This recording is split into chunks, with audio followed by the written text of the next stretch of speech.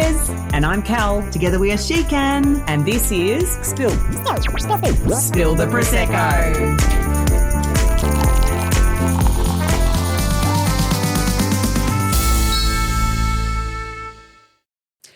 Welcome back to episode 7. Cheers. Cheers to you. Let's Pop just the take bottle. a sip. Yeah. We've moved on to a new bottle. What are we drinking now? It's called Ciao Bella, which means hello beautiful. I did know that one. I feel like that one it. feels okay. That's a good one. It's a good one to amazing. wind us up. So, episode 7.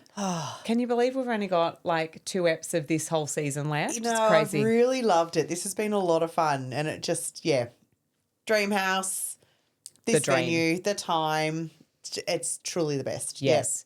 So we did say at the beginning of this season that we booked the dream house for 6 hours this time. So each episode's probably been a little bit longer than it was in season 1. We hope you're enjoying the longer episodes, but it's just a little bit more freedom to not feel like we're so rushed. But however you're choosing to listen, so if you're in the gym, if you're out on a walk, if you're in the car, please, we really want to, this season we really want to, how are people listening? How are people enjoying?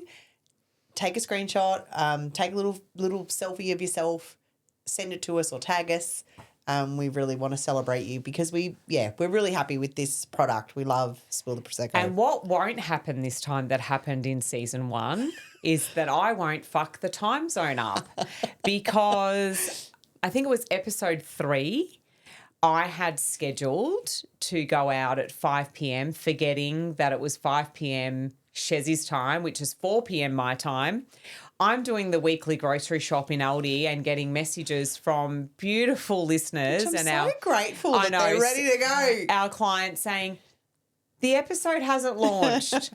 Thankfully, I've got the smarts to have Spotify for Creators on my phone. And yes, I had scheduled it for the wrong time. Thankfully, I could press a button and get it up. So when this season drops, we're going to be on the same time zone. So I won't fuck it up. Praise Jesus. But the other bit that was funny, and this is, I mean, you do an amazing job. So anytime you see a photo pop up, it's all Cal. She's all that back end. She's amazing. My favourite part was I was listening to this episode at home and I was cooking dinner and we got to the end of the episode and I literally said, what the fuck were you going to say? Or should we open another bottle? Like just totally again, our classic Ocker sells. You know, it doesn't sound any different to the podcast. But it's when we've stopped recording and we're just moving into our getting ready for the next episode. Cal's like, oh, my God, that's not supposed to be on.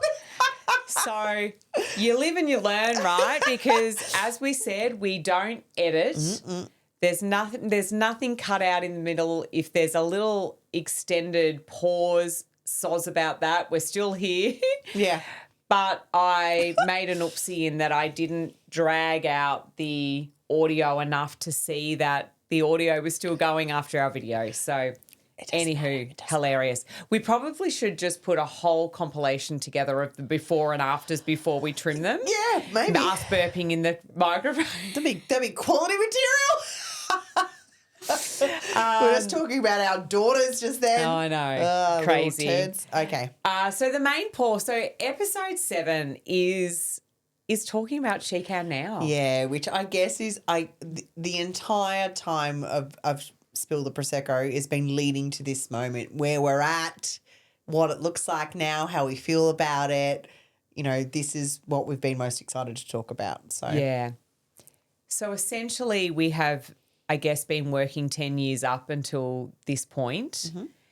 And SheKan does look very different to what it did when we first started. But what we love is through the recent creation of Success Co and the way that we're choosing to do our events now, we get the balance of both worlds. Yeah.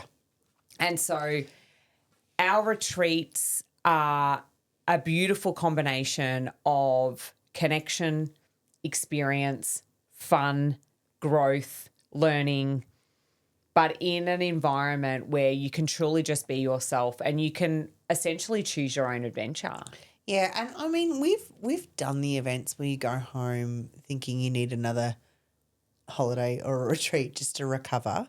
We've done the smashed egg stuff, and what we know is you don't go back to your, and I guess we're speaking right now to our audience, you don't go back to your people, your family, your communities if you feel like that, if you feel smashed and if you feel exhausted and if you feel bent and spent.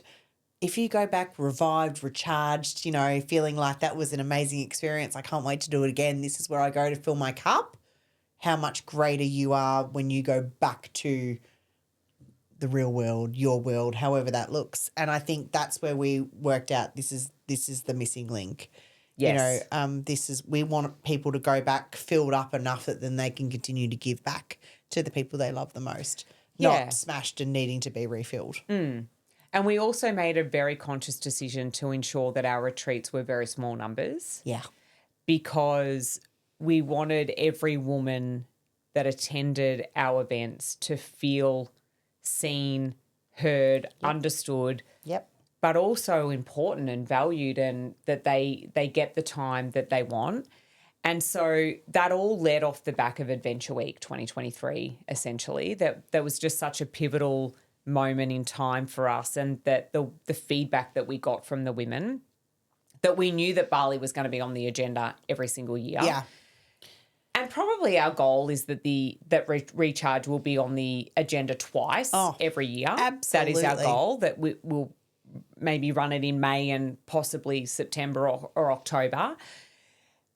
Because the joy that we get of creating these events, but the joy that we get from watching the women be able to just soften and relax and immerse themselves in whatever it is that we have planned for them, and not for them knowing they don't need to cook a meal, they don't need to organise anything, they don't need to drive a car, they essentially don't need to think. Yep. They just need to arrive and be open to being spoiled and looked after, and to have fun and meet new people and have great experience. And the flip side of that is while they're off, with us at Recharge doing that,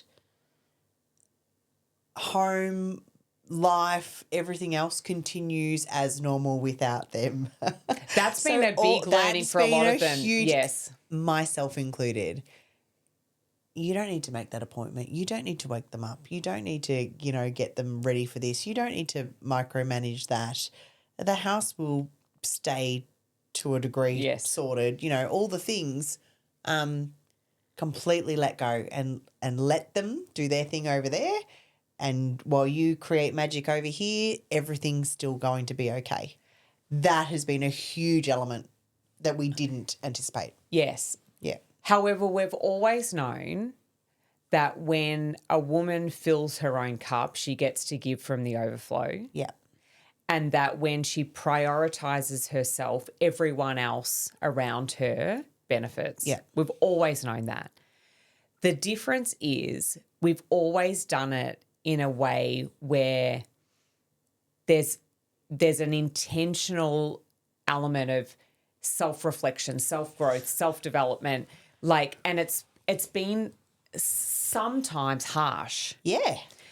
Whereas now we can get the same result through prioritizing fun, through prioritizing relaxation, through prioritizing doing something new, and sending them home a more revived and recharged, relaxed version of themselves. Yeah.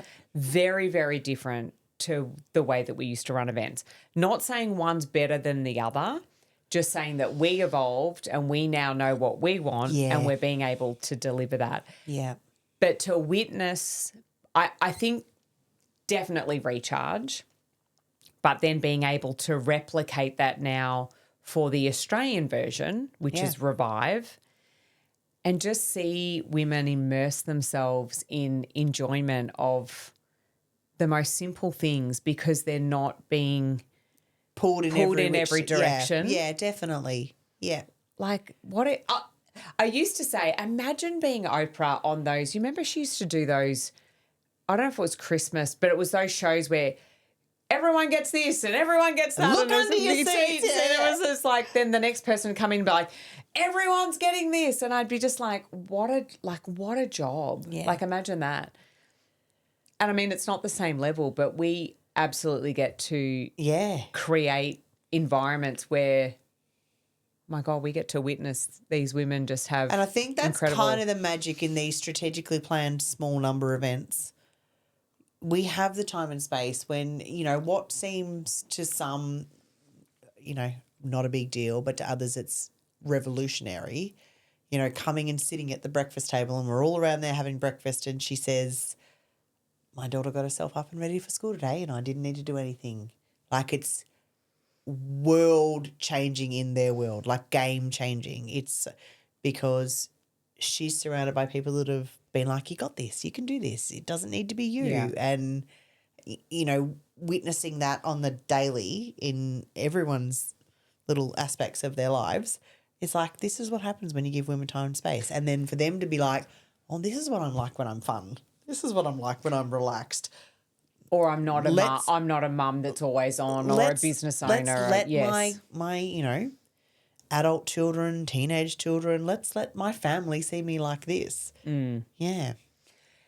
So SheKan as it is today, which is the 19th of March, who knows what it might be when this episode actually drops, but what is essentially our events we now run is definitely Recharge, which is our Bali 10 women only all-inclusive retreat. We run Revive, which is Revive Australia because we change the location. It mixes up. It mixes up. So essentially Revive is Great Keppel Island this year. I'm so excited for which this. Which is 30th of April to the 4th of September, all inclusive, thereabouts. Is that right? August, yeah. End of August to early September. Yeah. We also have Kin, yeah, Bali, which is our mother-daughter retreat that happens before Recharge. Yeah. We also have the Sydney to Hobart Cruise. Which we've talked about a SheKan cruise forever. We have. So this was... Sydney to Hobart Cruise came from Shez doing her European cruise and about to do another one. And I've never done a cruise. I've done the Spirit of Tasmania, which I wouldn't call a cruise. But and so we wanted to have that experience on the sea and just be able to disconnect and all be in the same environment. It's all inclusive. We're obviously going to have, you know, our own planned things, but just to really immerse. This is the thing. I truly believe, you know, obviously we don't have the cruise ship to ourselves. Like, it's going to be us and our clients, and there's going to be, you know, 2,000 other people. But what I really want to bring to this experience for our Sydney to Hobart attendees is that how you can impact a time on others or for others. You know, like, we've done it before. You go out there and you make fun and you create magic and people want to buy into that and then they want to be involved in that. And I think a cruise is the perfect way to do that and to teach people how to do that, because so many of our events are just us. This is an opportunity for us to do the ripple effect and show how we can be impactful as a group to a broader community. I believe that people that attend Sydney to Hobart will have their eyes opened to the energy shift that you are personally responsible for in different situations. I agree. Because I know when we go to Bali, the staff feel something different when the SheKan clients arrive. Yeah. When I've been back to S Resorts with my family, once we just went and had lunch with Jen and Rich and we hung out there. Last time we actually stayed there, you literally feel like royalty. Yeah. Like you arrive and it's like, Miss Cal. And the girl's like, and I was like, well, they're the same staff that have been here because we treat them with the utmost respect. Yeah. And everywhere I go, if I'm dining out wherever I am, if you're in a group, you're talking and your meal comes, I stop mid-conversation. I always look and I always say, thank you so much. Yep. Because You're amazing. You're doing a great job. this is amazing. Yeah. You know, they come and check in on your food. Yeah. It's like, oh, amazing, delicious. Tell the chef, mate. Like those tiny little things go such a long way because so many people are entitled and think, well, that's your job. Yeah. Like your job's to put my food in front of me. Yeah. Your job's to take my empty plate away. Yep. Yep. Like it's just, and I think that what we've been able to witness at our 4-day at Astrolodge in Falls Creek, like there's just, Yeah. it's almost, we can shift our clients' behavior Absolutely. through example and then it shifts the whole environment. And clearly we've done it. I've done it with other friends. You know, even the cruise when we were in Europe, you do because you're on the cruise ship for a significant amount of time. It is the same staff, but one might be in the main dining room this one night. One might be up in the main bar the next night. You know, they do move around. They don't stay in the same spot. But you know, there was this one restaurant we often went back to, and I would walk in the door. And, you know, on a cruise ship of 3,000 people, and they would be like, ooh, Prosecco, Prosecco. Like Yeah. they just, but because I gave back as good as I was getting, and it just changed our relationship when we connected. And I know we spoke about it in season 1, but that term SheKanner, Yeah, it's a real thing. it's a real thing, right? And not even inside the community, Yeah. but in venues. Yeah. Like we'd go back to places and they were like, oh, you can tell when a SheKan client comes in. Yep. Like that, like, Ultimate compliment. well, essentially that's your legacy. Yeah, absolutely. Yeah. So, I agree.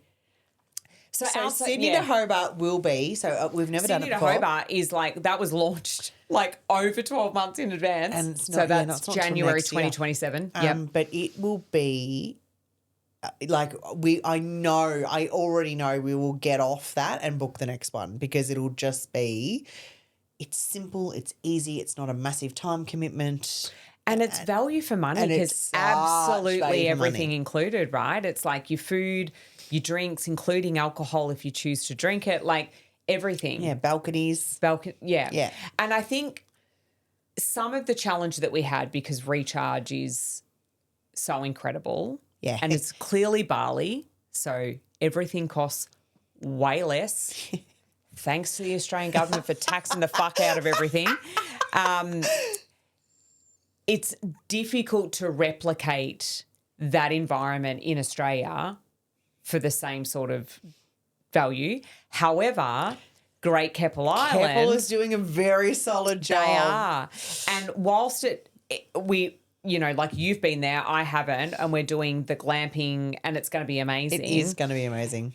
We've chosen like the catamaran, like we're doing a combination of things. And I Yeah. mean, that's the thing in Bali too. Yeah. We do ATVs. She ain't like the ATVs on Moreton Island. Like we got the strict safety procedure, watch the video. In Bali, it's like Pop on a pair of gumboots. pop a hairnet and a helmet that doesn't fit and we're off, which I love. Which I love because Same. I'm like, cancel all the rules. But that's the joy of what we get to do now Yeah. is like I agree. Recharge Bali, Kin Bali, Revive Australia. We've got the Sydney to Hobart cruise. And then Yeah. we've got our Success Co Yeah. events. And again, Keppel will be one of those experiences where we will be actually teaching women, you know, show up in the best possible way because, you know, so many of our retreats have been 5-star and they're, you know, it's fairly luxe. The first time I ever went there, we stayed in like old school, like the cabiny sort of TP type, yeah. you know, one PowerPoint, no bathroom. And my girlfriend literally said to me, I'm not letting you see the accommodation until you've had at least 3 Prosecco's. That was her actual words. It's still hands down one of the best trips I've ever been on. And I Absolutely. remember coming back and sharing it with friends in Yarra and sharing about, it was so much fun and we did this and we did this and we did this. And then she saw the photos and she was like, not a chance I would ever stay there. Like this friend in Yarrawonga, she said, you would never get me to go there. And I'm like, this is the distinct difference between someone that's like, let's make the best out of anything, or let's just decide that I will never enjoy something like that. Like never been, never Mate, tried. I think about when I had a tummy bug in Thailand and where I shit. That was with the shit everywhere. How could you? I don't. Do you know what I mean? I know. I love camping. I love being in a caravan. It's really challenging for me that when you are having an experience, like maybe if you put me in a pit with tarantulas, I might be like, oh, I'm out. But other than that, like, can you not? You and Joey actually broke into someone's house and you had a shit in someone's house. We thought it was public toilets, but it was absolutely not. Anyway, yes, so much to say about that. All right. Again, that is exactly the plan. So Revive is our Australian version with tweaks. I think essentially what we know that we're going to do every single year is recharge, kin, revive, and probably a cruise. Yeah. We would love to get to the point where our schedules would allow a second recharge. Yeah. And then obviously Success Co. Yeah, and I'm kin, I think, is going to be a really heart-centered, that mother-daughter. And I'm loving the diversity of kin too. So it can be mother-daughter as in not a younger child and a mum. It can be an us and a mum, or a mother-in-law, or a mother-daughter relationship that's always lent one way and potentially has strayed. And as a mum, I'm not quite sure how to reconnect with my adult child. Now she's got her own children. How do we work together in that? So, I think kin has got something really special, and I'm really excited to get our first one kind of off, because then we'll know exactly what we want to lean into further moving forward. Yeah. And, I think there's some real magic in kin. I'm really and then excited Revive is like 8 women. So that's like really Intimate. small and intimate. Yeah. And I think, the magic that happens at those events is not essentially the adventures that you take. I mean, whilst they are magical, like there's going to be the catamaran day and the snorkeling and the yoga and all of these beautiful experiences, it's going to be down on the sand by the ocean, having a cocktail and just chatting. Like they're going to be the real moments where people are going to remember. Yep. So, okay. This is a question,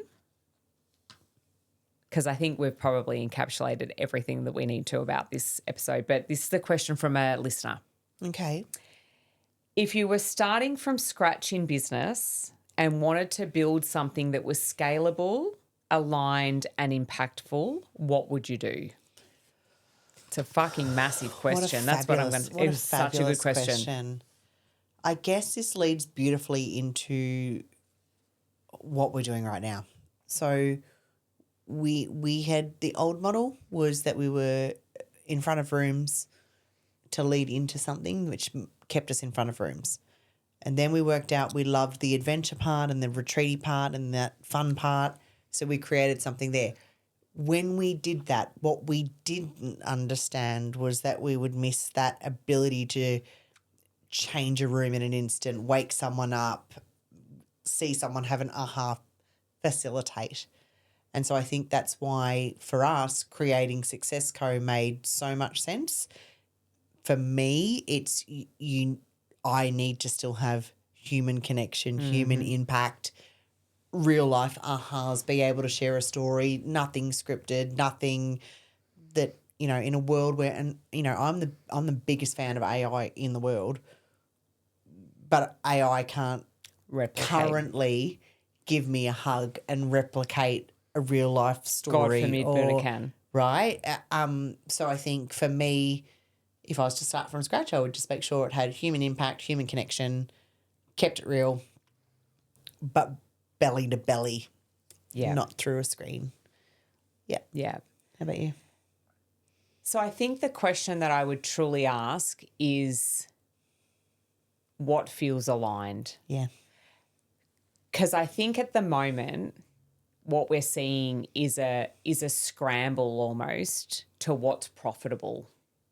Like, what's going to make me money? Like, how do I use AI to make me make money, right? And so I think the more that I've started to understand human design and this word aligned, we've talked about alignment for forever and a day. You can't try to generate something from what you think is going to be profitable. But if something is truly aligned and you're passionate about it and it aligns with who you are at your core and what your calling is, Yeah. you won't need to try to work out how to make it scalable and profitable and successful. That will be the outcome of you doing the actions that you're just excited to do. Yeah. And I think in the world where there's fucking 7-second reels and what's the biggest hook and this and that, and we've just moved away from what feels good to you. What do you love to talk about? What do you love to do? And also, what is it that you want? Yeah. Like, what do you want as a result of that? Like, if we could turn SheKan into $1 million a year business from doing what we already do, amazing. If making it $1 million a year business meant that we needed a team of 20 Sell our soul. and do no thanks. I couldn't agree more. So it's like you've got to be realistic about what it is that you actually want. Like, what do you want to put in? Yeah. Do you want to manage a team? Do you want to manage people? And if you do, amazing. Can you? Can you scale the shit out of it? Yeah. But you've got to know what you truly want. I actually I caught myself with my mouth open then because I was just like, it's so true. I'm so invested with what you're saying because there's a real element with business people, organizations today where they're coming from a place of desperation, not aspiration, and people can smell it a mile off. Absolutely. And I just, it would be lean into the aspiration. And, you know, I know that you're listening right now and you're thinking, well, how the fuck do you do that without money? So much different to a feeling, and you and I have spoken about this. I'm done doing that because I'm going to get paid to do it. It's a no for me. Yeah. If someone said you could run 10 recharge events a year in Bali and spread them out so you had enough time to recoup your energy and do all of the things, and that would be a $500,000 a year business, I'd be like, done. Yep. If they're like, oh, well, if you want, you know, you could do 2 recharges and then it was to make up that difference would be like weekly Zoom calls at night and I'd be just like, no. Yeah, I agree. So it's being really clear on what your boundaries are and what you want and what you don't want, and then aligning yourself to that. Yeah. But I think the problem is that people they look for what's profitable and then try to work themselves into that model. Guilty. Oh, absolutely 100%, guilty. yeah. But I think it's got to be the other way around now. Yeah, me too. Yep. Particularly for us, we know what we're good at. We know what we get excited about. Yep. And when we share that, people want to be a part of it. Yep. Whereas if we were like, oh, we might make money out of that. Yep. That doesn't land the same. And we've talked about this, that, you know, chasing the rabbit. Saying yes to everything. Stop chasing the rabbit. Yep. Yeah, good one. Amazing. Nice. All right. Oh, my gosh. We're coming into the last episode of season 2. I'm that excited. I'm going to stay in my favourite shirt. And stay tuned because episode 8 is all about the stories that didn't make season 1 or season 2. There's no context. It's just stories. It's just stories. And we've got a shit ton of them. We probably won't get through them all, but we'll give you a little snapshot about what's coming for season 3 as well. Yeah. We hope see you you then. enjoyed it. Bye. Bye.